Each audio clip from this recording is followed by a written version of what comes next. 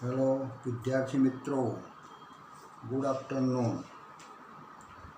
આપણે 5 સૃષ્ટિ વર્ગીકરણની વાત કરી ચાલ્યો અને 5 સૃષ્ટિ એટલે કઈ તો આપણે કીધું મોનેરા, પ્રોટિસ્ટા, ફૂગ, મેટાફાઇટા અને મેટાજુઆ। બરાબર, આવી 5 સૃષ્ટિઓ। તો 5 સૃષ્ટિઓ કેવી રીતના એને કરી, એના આધારો કયા કીધા હતા? તો આધારોની પણ વાત આપણે કરી હતી। કયા? તો કોષ રચનાની જટિલતા, દેહ રચનાની જટિલતા, પછી પોષણનો પ્રકાર, અને ચોથી બાબત જે સજીવ જોવા મળે તો તેની મુખ્ય પરિસ્થિતિય ભૂમિકા શું? અને ભૂમિકાઓ આપણે 3 કીધી હતી। કઈ? તો એક તો આપણે કહીશું ઉત્પાદકતા, બીજી આપણે કહીશું ઉપભોક્તા, અને ત્રીજી આપણે કહીશું વિઘટક। અને આવા 4 આધારો લઈ અને આખું વર્ગીકરણ વીટે કરી આપ્યું, જેને કહીશું 5 સૃષ્ટિ વર્ગીકરણ।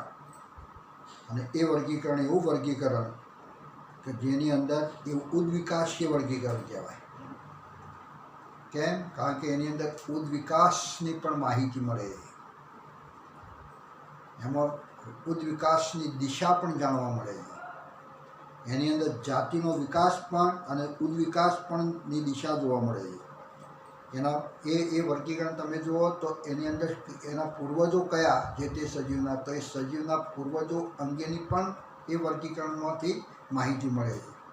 પછી એનો ઉદ્ભવ ક્યાંથી થયો તો ઉદ્ભવ, એના પૂર્વજો, પછી આપણે કહીશું ઉદ્વિકાસની દિશા, પછી જનનિક સંબંધ કયો એ પણ એની અંદર રજૂ થતો હોય। અને આદિપણા અને આધુનિકપણાના જે દર્શાવતા લક્ષણો અને એમના જીવનચક્ર વિશેની પણ માહિતી ત્યાંથી મળતી જોવા મળે। એટલે આવું વર્ગીકરણ આ ઉદ્વિકાસીય વર્ગીકરણ છે। એટલે આપણે કહીશું આ વીટે કરી આપેલું વર્ગીકરણ, અને બીજું આઇકલનનું એક વર્ગીકરણ છે। ચાલો, તો એ વર્ગીકરણ, આ બંને વર્ગીકરણો એ ઉદ્વિકાસીય વર્ગીકરણો કીધા હતા। હવે આપણે જોવું છે કે મોનેરા વાત કરી, સૌથી પહેલી સૃષ્ટિ મોનેરા। તો મોનેરા સૃષ્ટિ જે છે એ સૃષ્ટિની અંદર કઈ જાતના લક્ષણો હોય તો એની અંદર આપણે મોનેરામાં રાખીશું। તો મોનેરા સૃષ્ટિ જે કહીશું તો એ સૃષ્ટિ આપણે મોનેરા વિશેની થોડી વાત કરીએ, પછી પ્રોટિસ્ટાની વાત કરીએ, પછી ફૂગની વાત કરીએ। ખ્યાલ આ 3ની વાત કરીએ। એટલે આ પ્રકારની અંદર આ 3ની બાબત આપણે બધી લક્ષણો બધું જોવાનું છે, એના વર્ગો જોવાના છે। અને મેટાફાઇટા અને મેટાજુઆ એટલે વનસ્પતિ સૃષ્ટિ અને પ્રાણી સૃષ્ટિ, આ બંને આપણે ચોથા પ્રકરણમાં જોવાનું છે। ત્રીજા પ્રકરણમાં, આ બીજા પ્રકરણની અંદર આપણે 3 સૃષ્ટિઓ જોવાની છે। કોની? તો વીટ એકરની 5 છે, એમાંથી 3 સૃષ્ટિઓ આ બીજા પ્રકરણમાં અને 2 સૃષ્ટિઓ એના પછીના પ્રકરણમાં। તો સૌથી પહેલી સૃષ્ટિ આપણે કહીશું મોનેરા।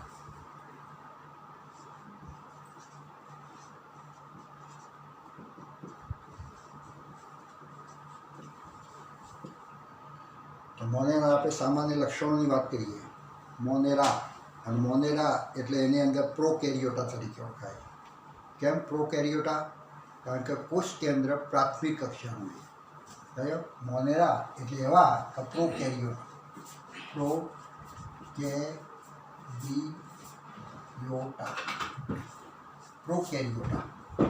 પ્રોકેરિયોટા એટલે કોષ કેન્દ્ર પ્રાથમિક કક્ષાનું, કોષ કેન્દ્ર આદિ કક્ષાનું। અને મોનેરાની અંદર લગભગ બધી જ જાતના બેક્ટેરિયા આવે। તમામ બેક્ટેરિયા જે કંઈ છે તે બેક્ટેરિયા કયા આવે છે એ પછી આપણે જોઈએ। પણ આ મોનેરા, હવે આ સૃષ્ટિના સજીવોમાં સુવિકસિત કોષ કેન્દ્ર હોતું નથી, કારણ કે શું છે? પ્રોકેરિયોટા। પહેલું લક્ષણ શું લખવાનું? તો સુવિકસિત કોષ કેન્દ્ર નથી। આપણે શું કહીશું? વિકસિત કોષ કેન્દ્ર નથી। એની અંદર કોષ કેન્દ્ર જે છે ને એ પ્રાથમિક કક્ષાનું કહીશું. પછી કોષ કેન્દ્ર પટલ કે કોષ કેન્દ્રિકાઓ પણ હોતી નથી. કોષ કેન્દ્ર પટલ, કોષ કેન્દ્ર પટલ સમજો, અને કોષ કેન્દ્રિકા, કોષ કેન્દ્રિકા હોતી નથી. હવે કોષ કેન્દ્ર પટલ શું છે અને કોષ કેન્દ્રિકાઓ શું એ આપણને ખબર હોવી જોઈએ. કહ્યું કોષ કેન્દ્ર રમણ ભમણ એટલે આપણે કંઈ બરાબર વિકસિત નથી. પછી કોરે મળે પડદો નથી એટલે આપણે કોષ કેન્દ્ર પટલ નથી. અને એને કોષ કેન્દ્રની અંદર વળી પાછી 2 થી 3 એવી કોષ કેન્દ્રિકાઓ હોય એ પણ નથી. એમ ખ્યાલ ગયો. એટલે કોષ કેન્દ્રિકાઓ પણ નહીં. એટલે આપણે આ એક લક્ષણ બતાવ્યું. ચલો એ સિવાય તો એની અંદર તમે જો તો એની અંદર કોષોની અંદર તમે જુઓ તો વિવિધ પ્રકારની અંગિકાઓ પણ જોવા મળતી નથી. પટલમય અંગિકાઓ કયો એટલે કોષમાં પટલમય અંગિકાઓ નથી.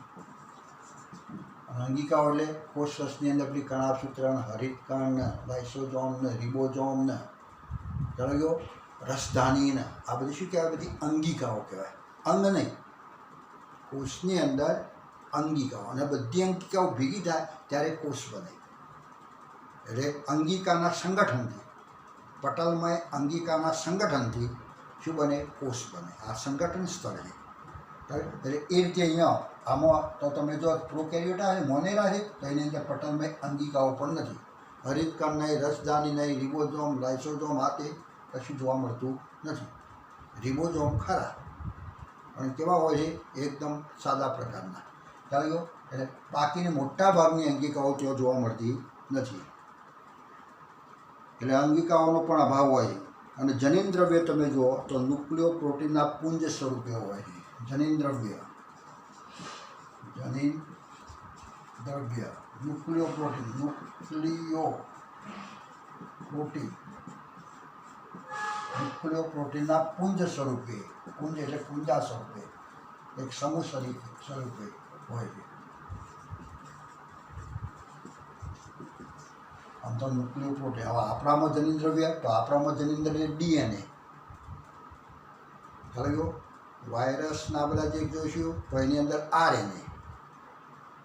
આપણામાં ડીએનએ, આરએનએ. હા, જ્યારે આ બેક્ટેરિયા જે કહે છે એની અંદર ન્યુક્લિયો પ્રોટીન, ન્યુક્લિક એસિડ નહીં પણ ન્યુક્લિક એસિડની સાથે ન્યુક્લિયો પ્રોટીન, એટલે એવું જનીન દ્રવ્ય જે છે એના કોરેમાં જરા પ્રોટીન ચોંટેલું હોય. કયું? એ પ્રોટીનવાળું ન્યુક્લિયો પ્રોટીન કહીશું. અને ન્યુક્લિયો પ્રોટીન શું એટલે જનીન વિદ્યાના પ્રકરણો આપણે જોઈશું એ વખતે વધુ ખ્યાલ. પણ આપણે હાલ એટલું યાદ રાખો, ન્યુક્લિયો પ્રોટીન. ચલો, મોનેરા સૃષ્ટિની અંદર જનીન દ્રવ્ય તરીકે શું હોય છે? તો ન્યુક્લિયો પ્રોટીન. ડીએનએ નહીં, આરએનએ નહીં પણ ન્યુક્લિયો પ્રોટીન હોય. કયો? અને એક સમૂહ તરીકે પડેલું જોવા મળે. અને પોષણની બાબતની અંદર સ્વયંપોષી કે પરપોષી. કેટલાક બેક્ટેરિયા તમે જો સ્વયંપોષી કે પરપોષી. પરપોષી એટલે કેવા કહીશું? બીજામાંથી ખાવાવાળા. બીજાનું કોઈનું ભક્ષણ કરીને કહો તો કોઈની અંદર પરોપજીવી તરીકે પણ બીજાનું ખાવાવાળા. કયું? અને એ કહીશું પરપોષી. જ્યારે પોતાની રીતે ખોરાક બનાવે તે સ્વયંપોષી. સ્વયંપોષી એટલે કેટલાક તો રાસાયણિક સંશ્લેષી હોય. આપણે કહ્યું કઈ વખતે જોયું હતું મોનેરાની અંદર બધા લક્ષણો લખ્યા હતા, ખ્યાલ હોય તો. હા, આખો કોઠો બતાવ્યો તેનો મોનેરાના બધા લખ્યા હતા. પોષણનો પ્રકાર તો સ્વયંપોષી કહ્યું અને પરપોષી અથવા કે વિષમપોષી. એમ તો પોષણની બાબતમાં એવા હોય છે. હવે એની અંદર તમે જો સાઇઝોફાઇટા અને સાયનોફાઇટા આવા 2 પ્રકારો પાડીશું. આની અંદર કયા 2 પ્રકાર? સાઇઝોફાઇટા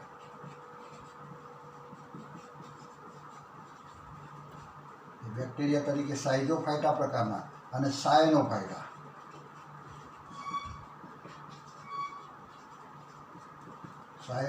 પ્રકારના. કહ્યું? એટલે આવા 2 બેક્ટેરિયા આપણે અહીંયા બતાવ્યું. શાનો? મોનેરાની અંદર જે કીધા આ બધા આવા હોય પણ એમાં સાઇઝોફાઇટા છે, કેટલાક સાયનોફાઇટા. એમાં સાઇઝોફાઇટા તમે જુઓ તો બેક્ટેરિયાના મુખ્યત્વે રૂપાંતરકો વિઘટકો કે પરોપજીવી તરીકે વસે છે. દાખલા તરીકે ઈ કોલાઈ જે કહેવાય એ બધા ક્યાં કહીશું તો સાઇઝોફાઇટા ઈ કોલાઈ તરીકે વસતા ખ્યાલ ગયો. અને એ મુખ્યત્વે કેવા કહીશું એ બધા તો રૂપાંતરકો છે, રૂપાંતર કરવાવાળા, આ પદાર્થમાંથી આ પદાર્થમાં ફેરવવાવાળા. હા, આ સાઇઝોફાઇટા એટલે રૂપાંતરકો તરીકે. આ બેક્ટેરિયા કેવા હોય છે રૂપાંતરકો. જમીનની અંદર પડ્યા હોય અને મરદું હોય તો મરદાની અંદર આ બેક્ટેરિયા આવા હોય સાઇઝોફાઇટા શું કરે તો કાર્બનિક પદાર્થને અકાર્બનિકમાં અને અકાર્બનિકને બીજામાં થયું એમ. અને એ જે કરે એને શું કહેવાય વિઘટન કરી કહેવાય. એટલે વિઘટકો તરીકે હોય છે. આ શું કહે છે વિઘટકો. વિઘટકો તરીકે પણ જોવા મળે. અને બીજું આપણે કહીશું કે પરોપજીવી તરીકે. પરોપજીવી તરીકે એટલે એ બધું ખાવાવાળા, એમ ખાવાનું તોડવાનું એટલે વિઘટક કરવાનું. અને સાસેદાર જે શું કરવાનું એ પદાર્થમાંથી બીજા પદાર્થમાં રૂપાંતર કરવાનું, કાર્બનિકમાંથી અકાર્બનિક એટલે એક ખોરાકમાંથી બીજા ખોરાકમાં ફેરવવું એટલે રૂપાંતરકો કહેવાય. આ પદાર્થને આ પદાર્થમાં ફેરવી દીધો રૂપાંતરકો.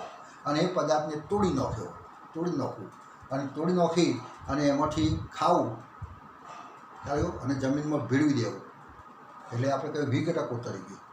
અને આવું ખાવાવાળા છે એટલે પરોપજીવી તરીકે કહીશું. આ કેવા કહીશું પરોપજીવી તરીકે વસે છે. દાખલા તરીકે આવા એટલે ક્યાં કહીશું તો ઈ કોલાઈ બેક્ટેરિયા ઉદાહરણ કોનું તો સાઇઝોફાઇટાનું. સાયનોફાઇટા તમે જુઓ તો સાયનોફાઇટા એ નીલહરિત લીલ અથવા સાયનો બેક્ટેરિયા કહે છે. આ નીલહરિત લીલ છે, નીલહરિત લીલ, જેને BCG બ્લુ ગ્રીન આલ્ગી પણ કહેવાય છે. બ્લુ ગ્રીન આલ્ગી એટલે લીલ, ગ્રીન એટલે હરિત એટલે લીલો રંગ, અને નીલ એટલે બ્લુ. એટલે આને BCG કહીશું, બ્લુ ગ્રીન આલ્ગી,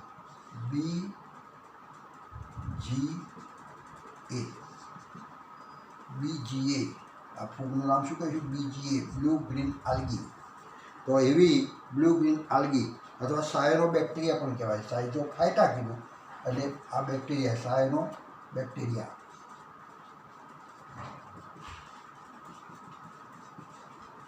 સાયનો બેક્ટેરિયા તરીકે ઓળખીશું.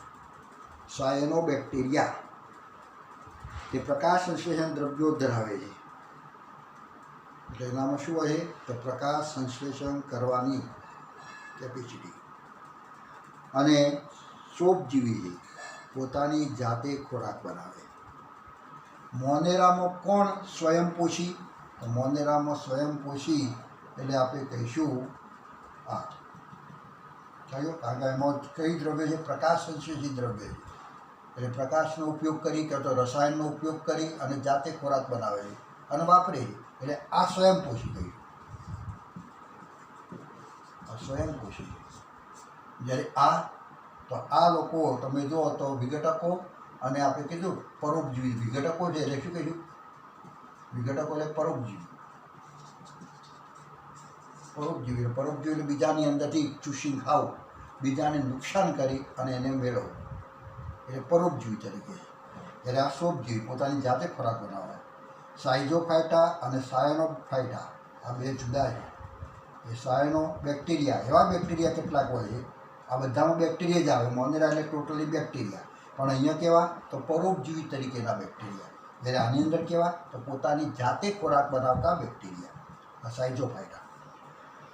તો એવા તરીકે આપણે કહીશું સ્પાઇરુલિના અને એસિલેટોરિયા.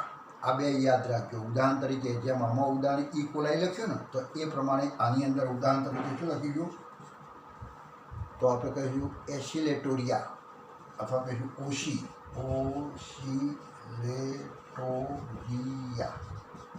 અને બીજું આપણે કહીશું સ્પાઇરુલિના.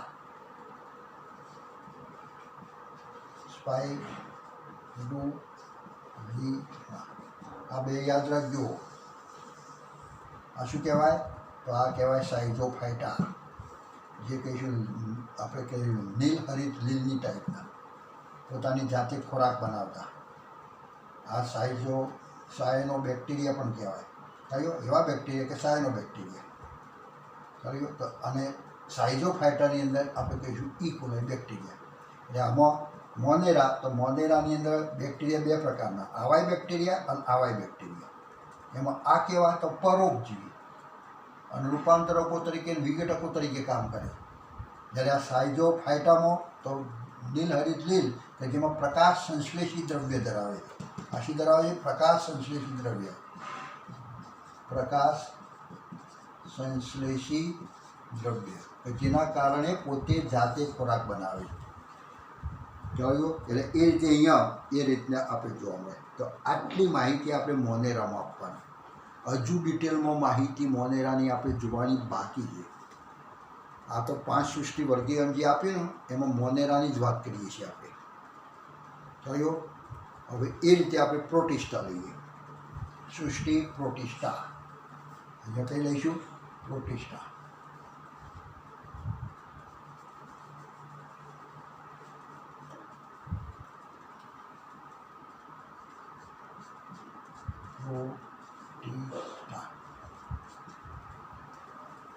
મોનેરા એટલે બધા બેક્ટેરિયા યાદ રાખજો. કયા બેક્ટેરિયા? તો આવા બેક્ટેરિયા આપણે કઈ સાઇઝોફાઇટા અને બીજા સાયનોફાઇટા. જાતે ખોરાક બનાવતા અને બીજા ઉપર આધાર પરોપજીવી તરીકે. કયો? હવે આપણે જોઈશું પ્રોટિસ્ટા. અને પ્રોટિસ્ટાની અંદર એક કોષી કે બહુકોષી હોય. કયો?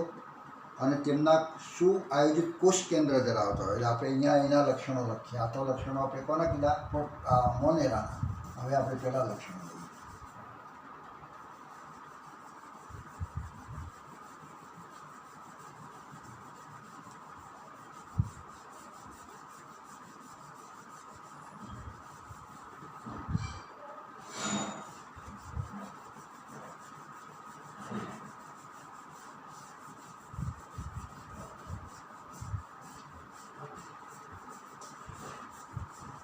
અહીંયા બધા એક જે સૃષ્ટિઓ 5 છે દરેકના લક્ષણ આપણને ખ્યાલ આવવા જોઈએ. ચાલો તો આપણે અને એમાંથી ટૂંકા પ્રશ્નો બધું આવે તો આપણને આવડે. એક બાબત અને આ બધી વસ્તુ જે છે ને એક વખત વાંચવાથી અથવા એક વખત જોવાથી આવડી નહીં જાય. આજે આવડ્યું છે અને 4 દિવસમાં બધું ભૂલી જશે. એટલે આને સતત જોતા રહેવાનું છે. હું તો કહું છું કે આવી બધી બાબતો હોય એક કાગળમાં લખો અને ભેટ ઉપર ચોડી દો એટલે જતો આવતો નજરમાં પડે તો પણ આપણને કેટલું ફાઈ જાય, તો પણ આપણને ખ્યાલ આવી જાય. ટૂંકમાં ટૂંક આપણે કહીશું એને રિપીટેશન કરતા રહેજો, જોતા રહેજો. અમને આવડી ગયું, આજે તો આવડી ગયું.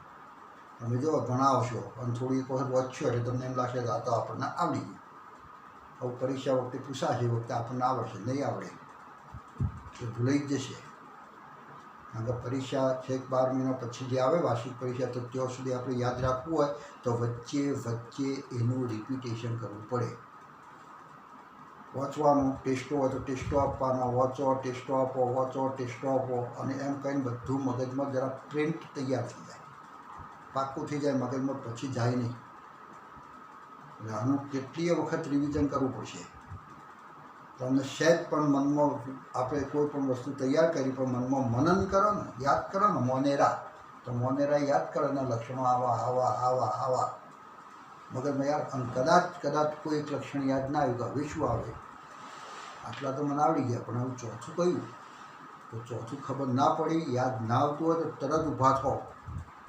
રાતે ઊંઘતા હોય અને આ કરતા હોય મનન, તો એ વખતે તમે જ્યારે વિચાર કરો અને મનન કરતા હોય અને કોઈ જગ્યાએ ઊભા રહેવાનું થાય, યાદ ના આવતું હોય તો તરત ઊભા થઈ ચોપડીમાં જોઈ લો આ વસ્તુ શું છે.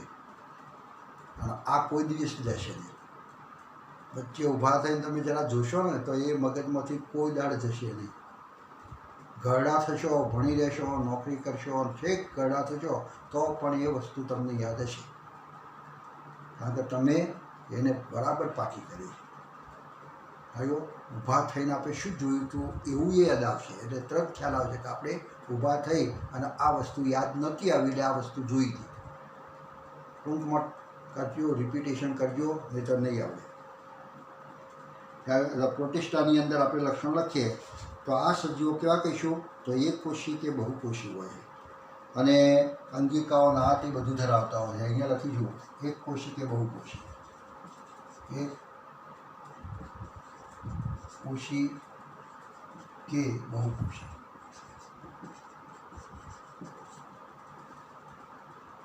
પછી સુવિકસિત કોષ કેન્દ્ર.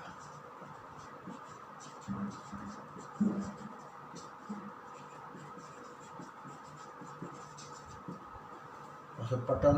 સુવિકસિત કોષ કેન્દ્ર એટલે કોષ કેન્દ્ર પટલ પણ જોવા મળે. કોષ કેન્દ્ર પટલ. કોષ કેન્દ્ર પટલ પણ જોવા મળે. કોષ કેન્દ્રિકાઓ પણ હોય. કોષ કેન્દ્રિકાઓ આ પણ જોવા મળે. કયું? કોષ કેન્દ્ર પટલ. કોષ કેન્દ્ર પછી એની અંદર પટલમય અંગિકાઓ પણ હોય. પટલમય અંગિકાઓ. અને પટલમય અંગિકાઓ પણ જોવા મળે. એટલે આ બધું ધરાવે. તેમાં શ્રમ વિભાજન હોતું નથી. એક લક્ષણ એ શ્રમ વિભાજન હોવા નથી. શ્રમ વિભાજન હોતું નથી. શ્રમ વિભાજન હોતું નથી એટલે કામની વહેંચણી નહીં. પ્રોટિસ્ટાની અંદર જે કંઈ આવતા છે સજીવો, પણ તેની અંદર પેશીઓ નહીં. શ્રમ વિભાજન એટલે શું? જુદી જુદી પેશીઓ પડતી નથી. ભલે બહુકોષી રહ્યા, એક કોષી હોય તો એમાં પેશી તો હોય જ નહીં, પણ ઘણા કોષો ભેગા થયા તો એમાં પેશી બનવી જોઈએ ને, પણ એમાં પેશી જેવી રીતના નહીં. પેશી નથી એને શ્રમ વિભાજન નથી. કામની વહેંચણી, દરેક પેશીનું કામ અલગ અલગ હોય, પણ આવું કામની વહેંચણી કોઈ જગ્યાએ જોવા નથી મળતી. એટલે વિભેદન નથી, અને વિભેદન નથી એટલે આપણે શ્રમ વિભાજન નથી. એટલે આની અંદર શ્રમ વિભાજન જોવા મળતું નથી. આવું પોષણની બાબતનો તે બધી જાતનું પોષણ સ્વયંપોષીવાળા છે, કેટલાક વિષમપોષીય છે, કેટલાક સહજીવી પોષણ પદ્ધતિ અપનાવે. અને તેના આધારે પ્રોટિસ્ટાને પ્રકાશ સંશ્લેષી, ભક્ષકો કે પરોપજીવી કે સહજીવી એવા પ્રકારોમાં વહેંચી શકાય. પ્રોટિસ્ટામાં બધી જાતનું છે. પોતાની જાતે ખોરાક બનાવતા, બીજા ઉપર આધાર રાખતા, કેટલાક પ્રકાશ સંશ્લેષણ કરતા, એટલે કેટલાક તમે જુઓ તો પરોપજીવી તરીકે. પરોપજીવી એટલે બીજામાંથી ખાવું, એને કશું કરવાનું નહીં, બીજામાંથી ચૂસીને ખાવું. ખ્યાલ આવ્યો? પછી કેટલાક ભાગીદારીમાં જીવન કાઢતા હોય, સહજીવી. બે સજીવો ભેગા રહે અને પરસ્પર એકબીજાને ફાયદો થાય. બેના ભેગા રહેવાથી આના તરફથી આને ફાયદો અને આના તરફથી આને ફાયદો, અને બંનેનું જીવન ચાલતું હોય. બે છૂટા પડે તો એનું જીવન ઊભું રહે. એટલા માટે કેટલાક સજીવો આ પ્રોટિસ્ટાની અંદર કેટલાક એવા છે બે ભેગા રહે, અને બે ભેગા રહેતા હોય બંનેને ફાયદો થતો, આવું એ સજીવોનો. કેટલીક વાર બે ભેગા રહેતા હોય તો એકને નુકસાન થતું હોય અને એકને ફાયદો થતો હોય. કેટલીક વાર બે ભેગા રહેતા હોય તો એકને ફાયદો ના થાય, નુકસાન ન થાય. જો બંનેને ફાયદો થતો હોય તો એના માટે નિશાની શું આપીએ છીએ? Plus plus. બે જાતિઓ, બે જાતિ ભેગી રહે, એક જાતિ અને આ બીજી જાતિ, પણ પરસ્પર આના તરફથી ફાયદો છે, આના તરફથી ફાયદો છે. તો આવું કહેવાય. એક શું કહેવાય? સહજીવન. પણ પરસ્પરતા કહીશું. સહજીવન ખરું પણ પરસ્પરતા પ્રકારનું સહજીવન. કેટલીક વાર આવું એ જોવા પ્લસ માઇનસ. બેને ભેગા રહેવાથી એકને ફાયદો, લાભ, અને બીજાને નુકસાન, માઇનસ એટલે નુકસાન. આવું એ જીવન જોવા મળે છે. કેટલાકની અંદર બે ભેગા રહે, અને બે ભેગા રહે તો માઇનસ માઇનસ. બેને ભેગા રહેવાનું પણ આને નુકસાન અને આને નુકસાન. આવું એક સ્પર્ધા તમે જુઓ, કોઈ પણ જગ્યાએ બે સજીવો ભેગા રહે સ્પર્ધા થતી હોય, કયો તો બંનેને કંઈક થોડું ઘણું નુકસાન વેઠવું પડે. ચાલી ગયો? બંનેને થોડું ઘણું નુકસાન વેઠવું પડે. એટલા માટે કહીશું, કયો સંબંધ કહીશું? માઇનસ માઇનસ, બેને નુકસાન છે. કેટલીક વાર તમે જુઓ તો એવું સહજીવનમાં કેટલાક સહજીવન આવા હોય, કેટલાકને ફાયદો અને બીજાને ફાયદોય નહીં, નુકસાનય નહીં. એટલે આપણે કંઈ જીરો, તટસ્થ કહેવાય. આ શું કહેવાય? તટસ્થ. આવું એ જીવન હોય. આ બધી કઈ જાતના જીવન છે એ બધી આપણે ડિટેલમાં બધી ચર્ચા કરવાની છે. પણ અહીંયા પોષણની બાબતની અંદર બધી જાતનું પોષણ છે. હવે પોષણનું પણ એક લક્ષણ લખી દઈશું. કેવું? તો કેટલાક સ્વયંપોષી છે, કેટલાક પરપોષી છે, કેટલાક પરોપજીવી છે અને કેટલાક સહજીવીઓ છે. કયો? બધી જાતના. તો આ જાતનું બધું પ્રોટિસ્ટાની અંદર આવતા સજીવો બધા આવા હોય. કયો? આવા પ્રકારો. એટલે આવા ને કેટલાકને શું કહીશું? સ્વયંપોષી છે. શું કહીશું? તો એને આપણે કહીશું પ્રકાશ સંશ્લેષી આપણે કહીશું. એ જે કહીશું ને એક કોશિક બહુકોશી જે સજીવ હોય પ્રોટિસ્ટાની અંદર, તો આ પ્રોટિસ્ટા કેવો છે? તો પ્રકાશ સંશ્લેષી છે. કેટલાક તમે જો તો બીજાને ઉપર ખાવાવાળો છે એટલે પરભક્ષી એટલે પરપોષી. કેટલાક તમે જો પરોપજીવી, બીજાને નુકસાન કરીને ભેગો રહેવાવાળો છે. કયો? એટલે આપણે કહીશું પરોપજીવી. અને કેટલાક બે ભેગા રહી અને પરસ્પર બંનેને ફાયદો થતો હોય, નુકસાન થતું હોય, એ જાતનું જીવન કરવાવાળા. કયો? તો એ સહજીવી. અને એ જે પ્રકારો આપીશું. હવે આમાં પ્રોટિસ્ટામાં કોણ લઈશું આપણે? તો એક તો આપણે કહીશું પ્રાણીઓ તય. આમાં બંને આવે, યાદ રાખજો. પ્રોટિસ્ટાની અંદર એક કોશી કે બહુકોશી પ્રાણી અને વનસ્પતિ બંને આવે. એક કોશી કે બહુકોશી પણ શ્રમભાજન નહીં, એમાં પેશીઓ ના જોવા મળે એવા સજીવો તમામ આની અંદર. એટલે આમાં લખવું લખાય એક કોશી કે બહુકોશી અને કેવા કીધા? એક કોશી કે બહુકોશી પણ શ્રમભાજન નહીં, એટલે પેશીઓ નહીં, પેશી જેવી રચના જોવા મળે નહીં, એમાં કામની વહેંચણી નહીં. ચાલો, તો એવા બધા સજીવો આની અંદર આવે. એટલે આની અંદર તમે જો તો પ્રાણી તરીકે કયા છે? તો આપણે કહીએ પેરામિશિયમ. આ એક કોશી પ્રાણી પેરામિશિયમ. ચાલો, પ્રોટિસ્ટામાં આવે. પછી અમીબા, યુગ્લિના, આ બધા પ્રાણીઓ તરીકે. બરાબર છે? અમીબા એ બધા પ્રજીવો બધા. પછી લીલ અને લાઇકેન. લીલ પણ આમાં આવે. વનસ્પતિ તરીકે લીલ. અને લાઇકેન શું છે? લાઇકેન એટલે તો લાઇકેન એટલે લીલ અને ફૂગ બે ભેગો રહે, બંને વચ્ચેનું સહજીવન હોય. હા, લીલ કેટલીક થોડી લીલ અને કેટલીક થોડી ફૂગ બે ભેગા રહે અને પરસ્પર બંનેને ફાયદો થતો હોય, તો એવું જીવન જે બને, એવો જે જીવન પ્રકાર બને, તો તેને કહીશું લાઇકેન. લાઇકેન પણ પ્રોટિસ્ટામાં આવે. એમાં પણ કામની વહેંચણી નથી. કયો? અને લીલ તમામ વનસ્પતિ બધી. તો એ બધી એની અંદર. એટલે આટલા સજીવો આપણે કહીશું પ્રોટિસ્ટામાં. આ 20 એકરે બધા ભાગ પાડેલા છે. જોયો? કારણ કે પહેલાં જે આગળના વર્ગીકરણો બધા જે હતા ને, એને બધું જ ભેગું હમાઈ દીધું હતું. લીલ હોય ને ફૂગ હોય ને હા હોય ને તે હોય, બધું ભેગું હમાઈ દીધું. એક કોશી ને બહુકોશી બધું ભેગું હતું. પણ આને જરાક બધા થોડા ભાગ પાડે. એની ચર્ચા આપણે થોડી કરીશું, પણ હાલ આપણે આ જોઈએ છીએ. ખરાયો? તો આટલા સજીવો એની અંદર લઈશું. પછી ફૂગ, સૃષ્ટિ ફૂગ. હા, આ સૃષ્ટિ કહીશું. 20 એકરે આપેલી સૃષ્ટિ ફૂગ. તો ફૂગ એટલે કેવી કહીશું? તો ફૂગ એટલે આપણે કહીશું માઇકોટા. માઇકોટા, હંજી. હા, માઇકોટા. હવે એવા બધી ફૂગ. ફૂગ એટલે આખી 20 એકરે શું કર્યું? આમ તો પ્રોટિસ્ટામાં હતું. બીજા બધા વૈજ્ઞાનિકો શું કર્યું? પ્રોટિસ્ટાની અંદર ફૂગ મૂકી દીધી. પણ કોષ દિવાલ નથી. કોષ દિવાલ જરા જુદી પડતી હતી. એટલે કોષ દિવાલના આધારે એ ફૂગની આખી સૃષ્ટિ અલગ આપી દીધી. કારણ કે એની કોષ દિવાલ છે એ કાઇટિનની બનેલી છે.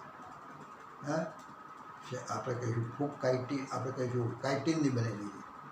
એટલા માટે આપણે ફૂગને અલગ રીતે જોઈએ. એટલે ફૂગમાં લક્ષણોમાં તમે જુઓ તો ફૂગમાં કાઇટિન અને કાઇટિન મિશ્રિત સેલ્યુલોઝ. કાઇટિન એકલું અને કાઇટિનમાં ભેગું કરેલું સેલ્યુલોઝ. સેલ્યુલોઝ અને કાઇટિન બે ભેગાની દિવાલ અને એકલા કાઇટિનની દિવાલ આવી ફૂગમાં હોય છે. ફૂગની અંદર કોષ દિવાલ કેવી? તો કાઇટિન. તો કાઇટિન મિશ્રિત સેલ્યુલોઝ, સેલ્યુલોઝ યુક્ત કાઇટિન, સેલ્યુલોઝ યુક્ત કાઇટિન આવી કોષ દિવાલ હોય છે. આ એનું બધા કરતો અલગ લક્ષણ પડી જાય, બરાબર. કોષ દિવાલ હોય ચપટા અને અંતઃપ્રવર્ધયુક્ત કણાભસૂત્રો. આની અંદર કણાભસૂત્રો ખરા, અને કેવું કણાભસૂત્રો. આંગિકા છે પણ કેવા? ચપટા. કણાભસૂત્રો આમ આમ લંબગોળ અને ગોળાકાર નહીં, પણ સેજ દબાયેલા, ચપટા. અને પટલ ધરાવતા, અંતઃપ્રવર્ધો ધરાવતા, જેને શું કહેવાય છે? અંતઃપ્રવર્ધો ધરાવતા, અંતઃપ્રવર્ધોયુક્ત કણાભસૂત્રો છે. અંતઃપ્રવર્ધોયુક્ત, અંતઃપ્રવર્ધોયુક્ત, અંતઃપ્રવર્ધો. આ કણાભસૂત્ર આવું હોય, બરાબર. અને આ તો લંબગોળાકાર દોર્યું પણ ચપટા હોય, અને એના અંતઃપ્રવર્ધો આવા અંદરનું પડનો પ્રવર્ધો બનતા હોય, આવા જેને ક્રિસ્ટી તરીકે ઓળખીએ છીએ. આવા એ કહીશું ચપટા અને અંતઃપ્રવર્ધયુક્ત હોય. કણાભસૂત્ર ચપટા અને આવા હોય, અંતઃપ્રવર્ધયુક્ત. બીજા બધામાં ગોળાકાર અને લંબગોળાકાર ને એવા હોય, રાઉન્ડ. ગિલોડી જે હોય ને, ગિલોડી કેવી હોય? રાઉન્ડ. અને આની અંદર થોડા દબાયેલા એટલે ચપટા હોય કણાભસૂત્રો. એટલે આવા કણાભસૂત્રો આ રીતે જોવા મળે. રાસાયણિક બંધારણની અંદર જવાબદાર આપણે કહીશું લોમાઝોમ નામની અંગિકા. કોષ દિવાલનું બંધારણ કેવી રીતના બન્યું છે? તો એના માટેની એક અંગિકા અંદર આવે, તો એનું નામ છે લોમાઝોમ. તો આ જ ધરાવે છે લોમાઝોમ. કોષ દિવાલના બંધારણ માટે. કોના બંધારણ માટે? કોષ દિવાલના રાસાયણિક બંધારણ માટે. કોષ દિવાલના રાસાયણિક બંધારણ માટે. રાસાયણિક બંધારણ માટે શું છે? એક અંગિકા છે લોમાઝોમ. લોમાઝોમ અંગિકા. આ બીજા કોઈ સજીવની અંદર નહીં, ફક્ત ને ફક્ત ફૂગમાં જોવા મળે. એટલે આ અંગિકા લોમાઝોમ નામની અંગિકા જોવા મળે. અંગિકા છે લોમાઝોમ, રિબોઝોમ, લોમાઝોમ, આ જોમ જોમ કરીને આવી બધી અંગિકાઓ કહેવાય. તો એ અંગિકા પણ જોવા મળે. એના માટે જવાબદાર લોમાઝોમના અંગિકા. પછી કોષ રસમાં વિકીર્ણ રિબોઝોમ. પાછું એમાં રિબોઝોમ પણ છે. કેવા? રિબોઝોમ એટલે આખો હોય ને, આપણે કહીશું, આપણે ફૂગ કહીએ, આપણે ફૂગને આ ફૂગનો કોષ છે. આ ઈસ્ટ જે કહેવાય ને, ઈસ્ટ વનસ્પતિ સાંભળી છે? ઈસ્ટ. તો ઈસ્ટ એક જાતની ફૂગ છે, એનો આ કોષ કેન્દ્ર છે. અને આ કોષ રસની અંદર તમે જો તો વચ્ચે વચ્ચે આવા કેટલાય શું જોવા મળે છે? મુક્ત એવા રિબોઝોમ જોવા મળે. આપણામાં કોષની અંદર રિબોઝોમ કેવા? તો અંતઃકોષરસ જાળ હોય ને, અંતઃકોષરસ જાળ. આ એક અંગિકા છે, એની સાથે ચોટેલા હોય. એટલે રિબોઝોમ છૂટા નહીં, મુક્ત નહીં, સ્વતંત્ર નહીં. એટલે આની અંદર સ્વતંત્ર હોય, આ સ્વતંત્ર હોય.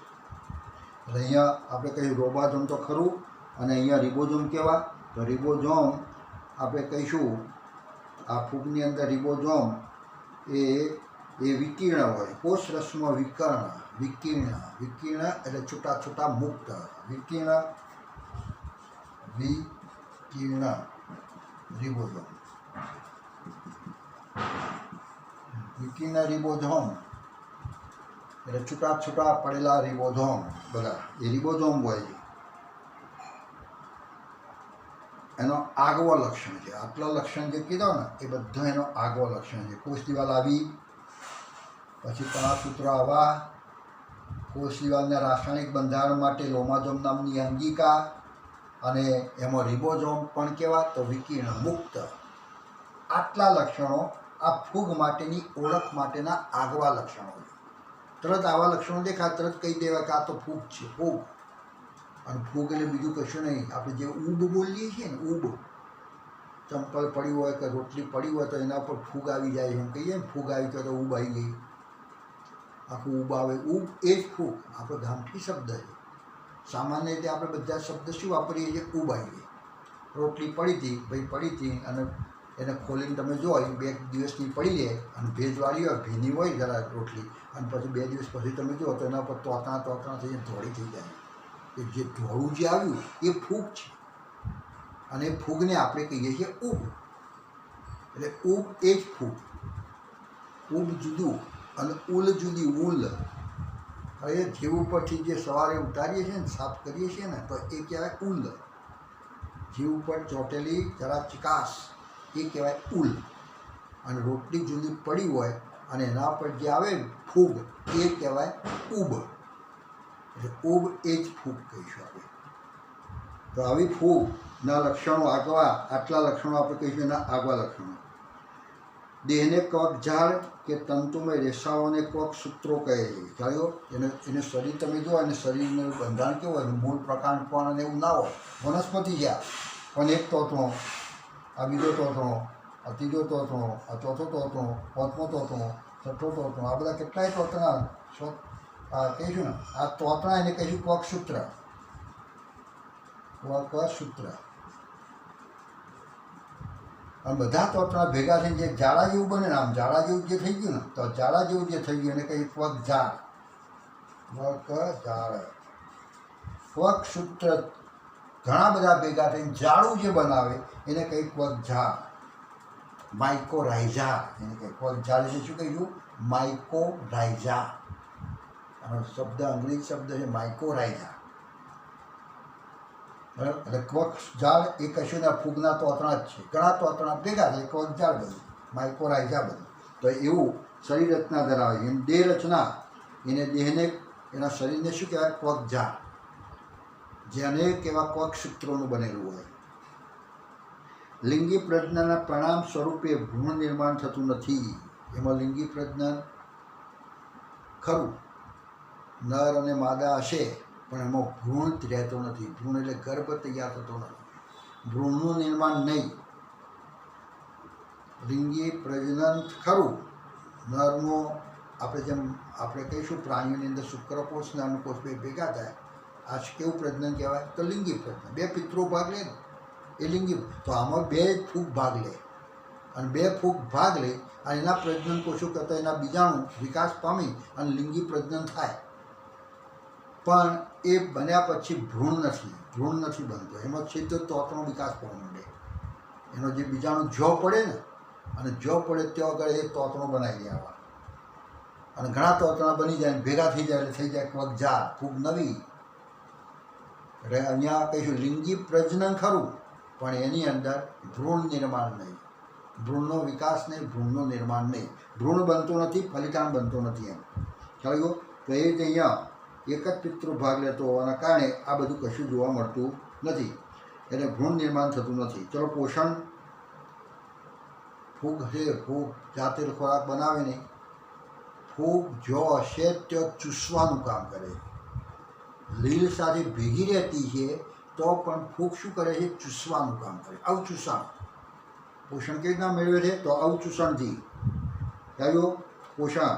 પછી મૃતોપજીવી મરેલું કોઈ પડ્યું હોય તો એમાં ફૂગ આવી જાય. એ ફૂગ છે ને એ સડતું કે મરેલું છે એના ઉપર ખાવાનું ચાલુ કરે એટલે મૃતોપજીવી. પછી બીજામાં પડે આ ધાધરમાં એમાં બધી જે ફૂગ આવે ને એ બધી કેવી હોય? તો એ બીજામાં સજીવ હોય એમાં પડે પરોપજીવી કરી દે. આવું પોષણ પદ્ધતિ અપનાવે છે. ખ્યાલ કેવું કહીશું? તો અવ ચૂસી. અહીંયા લખીશું પોષણ કેવું? તો અવચૂસી. અવચૂસી. પછી આપણે કહીશું ચૂસવાનું કામ કરે. પાણીના તે બધું ખોરાક ચૂસવાનું કામ કરે છે. બીજું આપણે કીધું અહીંયા અવચૂસી. પછી મૃતોપજીવી. મૃતોપજીવી એટલે તમને મેં કીધું હતો ને મૃતોપજીવી કોને કહેવાય? કે મરેલા ઉપર જીવતા હોય. મરેલાનો ખોરાક તરીકે જે ઉપયોગ કરતા હોય બધા મૃતોપજીવી. એમાં ફૂગ પણ એક મરેલું નિર્જીવ પદાર્થ પડેલો એમાં પડે. ખરું? તો અહીં કહીશું મૃતોપજીવી છે. અને બીજું મૃતોપજીવી સિવાય તમે જોશો તો એની અંદર આપણે કહીશું પરોપજીવી તરીકે. બીજાને નુકસાન કરી અને વિકાસ પામતી જોવા મળે પરોપજીવી તરીકે હોય. તો આવા આપણે કહીશું ઉદાહરણ તરીકે તો એક કોષી ઈષ્ટ. ઉદાહરણ આપો આના ફૂગના ઉદાહરણો. તો એક કોષી આપણે કહીશું ઈષ્ટ એક. બીજી તો એક કોષી ઈષ્ટ, પછી મ્યુકર, મશરૂમ. કયો? મ્યુકર. મ્યુકર પણ ઈષ્ટ આપણે કહીશું આ ફૂગ જ છે. અને મશરૂમ એટલે બિલાડીનો ટોપ.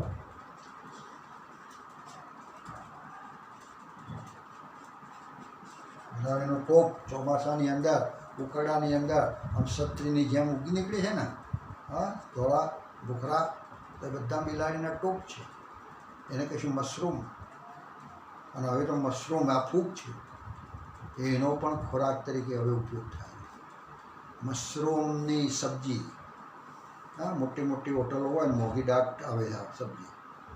કારણ કે મશરૂમ પાછા બે પ્રકારના, ખાવાલાયક અને ઝેરી.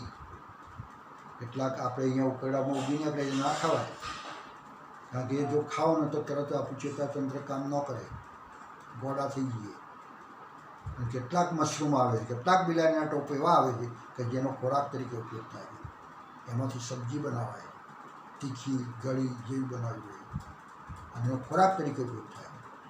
એટલે આ મશરૂમ બિલાડીનો ટોપ કહેવાય. પછી મ્યુકર, અને પછી આપણે કહીશું આ એક કોષી ઈષ્ટ. આ બધી ફૂગ કહેવાય. તો આ બધા ફૂગ આ પ્રમાણે આપણે બતાવીશું. તો આ ત્રણના લક્ષણો આપણે હાલ રાખીએ. સમજાઈ ગયો? આ ત્રણના લક્ષણો. બાકી વનસ્પતિ સૃષ્ટિ અને પ્રાણી સૃષ્ટિના લક્ષણો એ ત્રીજા પ્રકારના જોવાના. આવું VTechરે વર્ગીકરણ આવ્યું આપેલું. કયું? 5 સૃષ્ટિ વર્ગીકરણ, એમાં 3 સૃષ્ટિઓની વાત થોડી ચર્ચા કરી, સામાન્ય ચર્ચા કરી, હજુ ડિટેલમાં ચર્ચા બાકી. સમજો?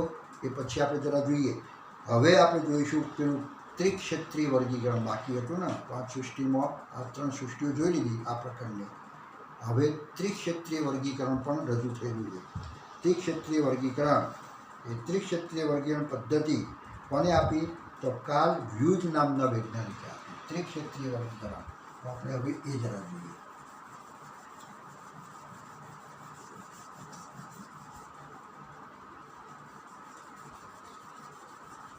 આ 5 સૃષ્ટિ વર્ગીકરણ જે આપ્યું ને, એને ધ્યાનમાં રાખીને જરા આપ કરેલું છે. અને કાર્લ હ્યુઝ નામના વૈજ્ઞાનિકે આપેલું છે.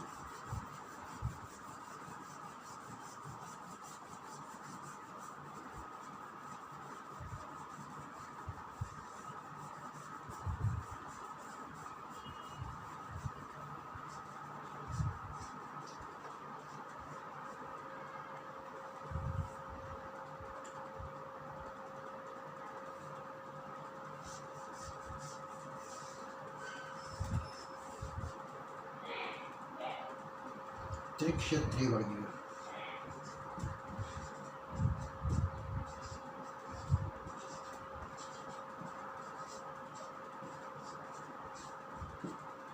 ત્રણ ક્ષેત્રો પાડ્યા, 3 ડોમેન પાડ્યા. કયા 3 ડોમેન પાડ્યા? તો આર્કિયો ડોમેન, બેક્ટેરિયા ડોમેન અને યુકેરિયા ડોમેન. બેક્ટેરિયા ડોમેન જેને કહીશું, યુકેરિયા ડોમેન. આવા 3 ડોમેન પાડેલા છે. Bacteria domain, archaeo domain. આપણે 3 ભાગ પાડ્યા, 3 ક્ષેત્રો પાડ્યા. આર્કિયા ડોમેન,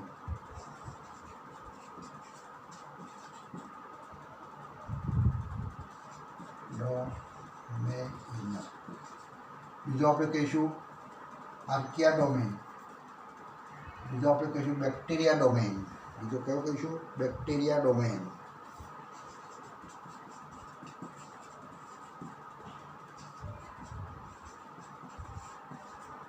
અને ત્રીજો આપણે કહીશું યુકેરિયા ડોમેન. Eukarya domain. આવા 3 ભાગ પાડેલા છે. ખરું? તેના આ જે 2 ભાગ છે ને, આ 2 ભાગ, આ બંને ભાગ, આ મોનેરા જે આપણે કીધું કઈ કીધી હતી, VTechની 5 સૃષ્ટિ વર્ગીકરણ કહી હતી ને, એમાં પહેલો જ સૃષ્ટિ કઈ કીધી? મોનેરા. આ મોનેરાના બે ભાગ છે. એટલે 5 સૃષ્ટિ વર્ગીકરણ જે આપ્યું વીટેકરે, કઈ એમાં પહેલી સૃષ્ટિ કઈ? તો મોનેરા. તો વીટેકરની કઈ સૃષ્ટિને 2 ક્ષેત્રો આપેલા છે? 2, આ 3 ક્ષેત્રો, એમાં 2 ક્ષેત્રો એ 5 સૃષ્ટિ વર્ગીકરણના કઈ સૃષ્ટિના છે? તો આપણે કહ્યું મોનેરાના 2 ભાગ છે. ખ્યાલ આવે છે? વીટેકરે 5 સૃષ્ટિ આપી, એમાં મોનેરા આપી. કોને આપી? આ વીટેકરે આપી ને મોનેરા સૃષ્ટિ. તો મોનેરા સૃષ્ટિને અહીંયા ત્રિક્ષેત્રીય વર્ગીકરણ જેને આપ્યું, કોને આપ્યું? તો કાર્લ, આપણે કહીશું, આપણે તો કાર્લ હ્યુઝ, આ વૈજ્ઞાનિક છે.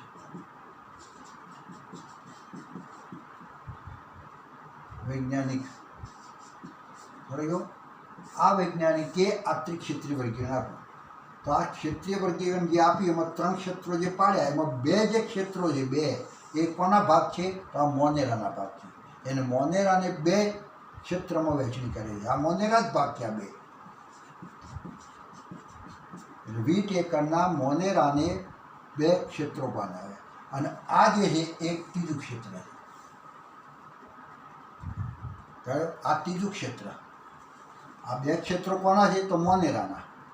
અને યુકેરિયોટા એ ત્રીજું ક્ષેત્ર છે. અને ત્રીજા ક્ષેત્રની અંદર પછી ભાગ પાડેલા છે. કયા ભાગ રહી ગયા? તો મોનેરા આવી ગયું. હવે બાકી શું રહ્યું? તો પ્રોટિસ્ટા. 5 સૃષ્ટિમાં બાકી શું રહ્યું? પ્રોટિસ્ટા. પછી શું રહ્યું? ફૂગ. પછી શું રહ્યું? તો વનસ્પતિ સૃષ્ટિ. અને પછી પ્રાણી સૃષ્ટિ. એટલે આમ તમે જુઓ તો આ 4 અને આ 5 કોનું છે? આ કોનું વર્ગીકરણ લખ્યું? આપણે વીટેકરનું. કોનું કહેવાય? 5 સૃષ્ટિ વર્ગીકરણ કોનું કહેવાય? 1, આ 2, આ 3, આ 4 અને 5. આ 5 સૃષ્ટિ કોને આપી? તો વીટેકરે આપી. તો વીટેકરની 5 સૃષ્ટિને કયો? એમાં 4 સૃષ્ટિઓ શેમાં છે? તો યુકેરિયોટા ડોમેનમાં. હા, યુકેરિયા ડોમેનમાં જે છે એમાં 4 સૃષ્ટિઓ આવી. બીજી, ત્રીજી, ચોથી, પાંચમી. જ્યારે ત્રિક્ષેત્રીયની અંદર 2 જે ભાગ પાડેલા છે, 2 ક્ષેત્રો જે છે એ બંને ક્ષેત્રો શેમાં આવ્યા? તો મોનેરા સૃષ્ટિના આવ્યા.